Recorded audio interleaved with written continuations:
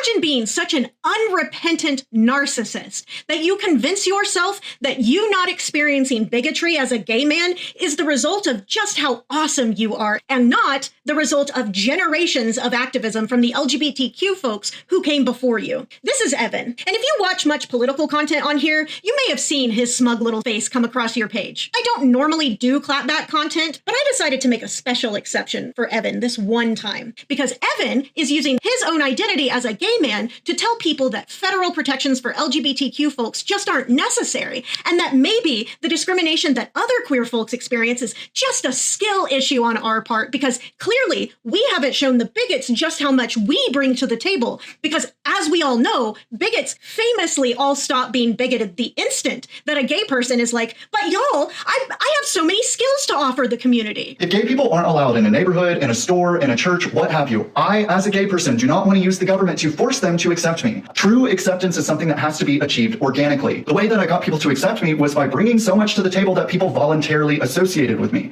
Now, I don't know about you, but the first thing I noticed about Evan's video is just how little of a discernible accent Evan seems to have, and that made me curious. Where does Evan live? Because surely a man living in a part of the country known for being very liberal wouldn't get on Beyonce's internet to lecture the rest of us living in far less safe areas about how we don't need federal protections. I'm not going to say where exactly Evan lives in the country, but I will say that a photo he posted of himself on another platform had a billboard in the background promoting an event at a well-known location. And that made it very easy for me to confirm that Evan lives somewhere where 71.88% of Americans who voted cast their ballot for Kamala Harris. In other words, Evan is able to fix his smug, ignorant little mouth to advocate against protecting LGBTQ folks from bigots because he, as a gay man, lives somewhere he isn't surrounded by those bigots and therefore doesn't feel the need to have any protections from them. I'm from the parts of the country that something tells me Evan would never lower himself to actually go to.